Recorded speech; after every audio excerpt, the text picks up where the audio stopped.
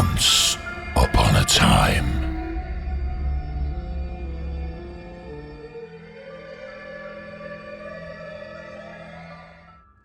میرے سسر کی موت کے بعد جائیداد کا حصہ ملنے پر ہم نے اس نازم آباد میں ایک نیا گھر خرید لیا تھا۔ ہمارا گھر کارنر کا تھا اور اس کے سائڈ پر 2 مین روڈ سے آ رہے تھے۔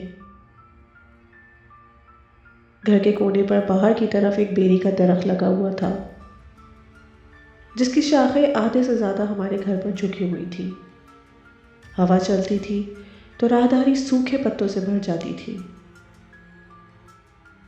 میرے 2 بچے تھے، بیٹا 8 سال کا تھا اور بیٹی 3 سال کی تھی۔ نئے گھر میں شفٹ ہونے کی وجہ سے میرا کام گھر کی سیٹنگ وغیرہ کی وجہ سے کافی بڑھ گیا تھا۔ میرے ہسبینڈ صبح آفس چلے جاتے اور ان کے جانے کے بعد میں اپنے معمول کے سارے کام کر لیا کرتی تھی۔ میرا بیٹا زید اسکول کی چھٹیاں ہونے کی وجہ سے اکثر دیر سے اٹھتا تھا اور پھر پورا دن اس کا باہر صحن میں کھیلنے میں گزر جاتا تھا۔ کیونکہ ہمارے پرانے گھر میں صحن نہیں تھا، اس لیے وہ اس گھر میں آ کے بہت زیادہ خوش تھا۔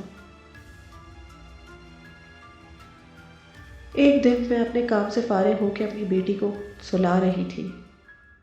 خاموشی کی وجہ سے مجھے کسی کی باتوں کی آوازیں سنائی دیں۔ میں سمجھی شاید زید باہر کا دروازہ کھول کے کسی سے باتیں کر رہا ہے۔ میں پریشانی میں اٹھ کے باہر صحن میں گئی تو دیکھا زید درخت کی طرف دیکھ کے کسی سے باتیں کر رہا تھا۔ میں نے فوراً زید سے پوچھا، تم کس سے باتیں کر رہے ہو؟ زید جھٹپٹ آ گیا اور بولا، نہیں امی، کسی سے نہیں۔ بچہ سمجھ کے میں نے اس کی اس حرکت کو زیادہ سیریس نہیں لیا۔ اس کے اگلے دن میں نے کھانا ٹیبل پر لگا کے زید کو آواز دی۔ زید نہیں آیا تو میں نے سارے کمروں میں دیکھا، لیکن وہ نہیں ملا تو میں فوراً صحن کی طرف بھاگی۔ جب میں نے باہر صحن میں دیکھا تو وہ درخت کی طرف منہ اونچا کیے ایسے بول رہا تھا جیسے درخت پر کوئی بیٹھا ہو۔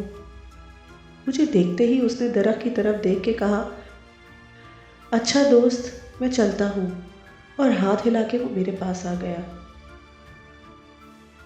میں اس کی یہ حرکت دیکھ کے خوفزدہ ہو گئی اور میاں کے گھر آتے ہی ان کو ساری بات بتائی۔ ان سے کہا کہ یہ بیری کا درخت کٹوا دیں۔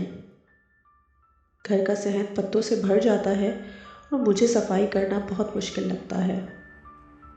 انہوں نے پہلے میری بات کو میرا وہم کہہ کے ٹال دیا، لیکن میرے بہت اصرار کرنے پر وہ درخت کٹوانے پر راضی ہو گئے اور کہا کہ ابھی تھوڑا آفس میں مصروفیت ہے، جیسے ہی موقع ملے گا تو کسی مالی کو لے آؤں گا۔ میرے بیٹے نے جب درخت کاٹنے کی بات سنی تو بولا، نہیں امی، آپ پریشان نہ ہو، میں آپ کے ساتھ باہر کی صفائی میں مدد کر دیا کروں گا۔ مجھے اس کی یہ بات سن کے بہت حیرت ہوئی۔ ایسا محسوس ہوا کہ وہ بھی نہیں چاہتا کہ یہ درخت کٹے۔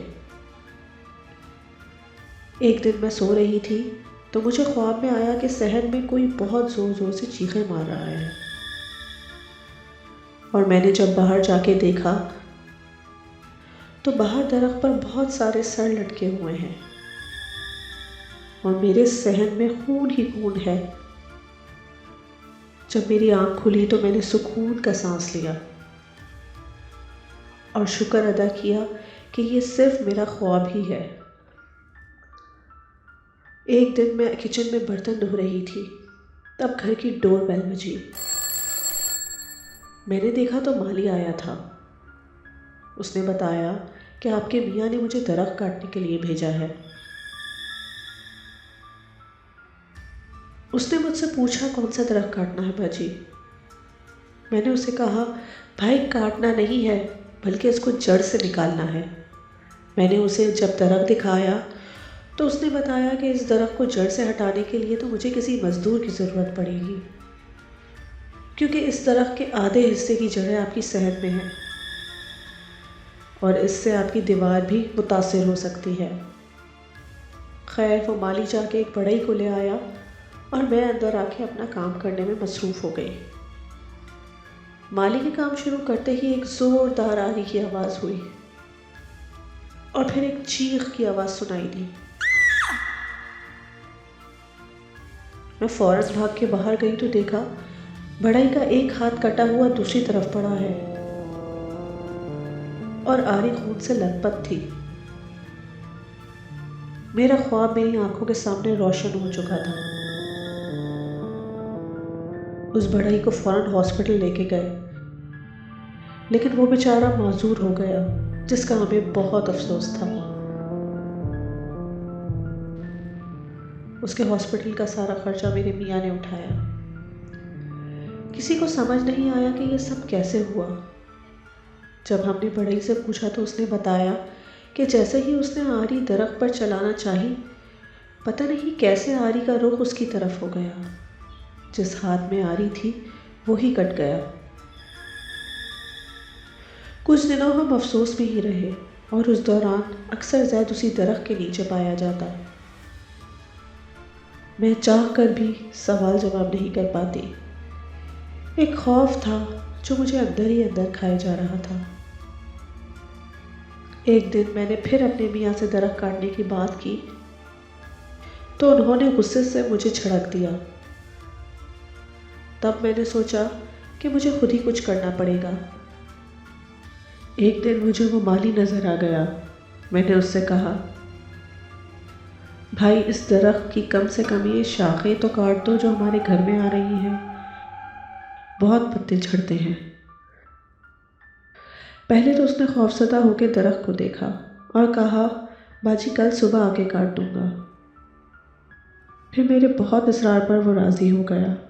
اس نے مجھ سے اسٹول منگایا اور جیسے ہی وہ اسٹول پر چڑھ کر اپنے اوزار سے شاخ کاٹنے ہی والا تھا کہ اسٹول سے زور سے نیچے گر گیا۔ اس کا درد سے برا حال تھا اور جب ڈاکٹر کو دکھایا تو پتہ چلا پاؤں کا جوڑ اپنی جگہ سے ہل گیا ہے۔ مالی نے بتایا کہ اس کو کسی اندیکھی قوت نے زور کا دھکا دیا تھا۔ 3 مہینے وہ بیچارہ بستر پر پڑا رہا۔ اس دن کے بعد میرے میاں نے مجھے سمجھایا کہ جب وہ اندیکھی مخلوق ہمیں کوئی نقصان نہیں پہنچا رہی تو ہمیں بھی کوئی ایسا قدم نہیں اٹھانا چاہیے کہ ان کو کوئی نقصان ہو۔ اس دن کے بعد ہم نے کبھی اس درخت کو کاٹنے کی کوشش نہیں کی۔ اس بات کو 12 سال گزر چکے ہیں اور میرا بیٹا اب بھی اس درخت کے نیچے گھنٹوں گزارتا ہے۔ وہ اس مخلوق کے ساتھ باتیں کرتا ہے، بلکہ کبھی کبھی تو میں نے محسوس کیا ہے وہ اپنی ہر خوشی اور ہر پریشانی اس دوست کو بتاتا ہے جو اس درخت پر رہتا ہے۔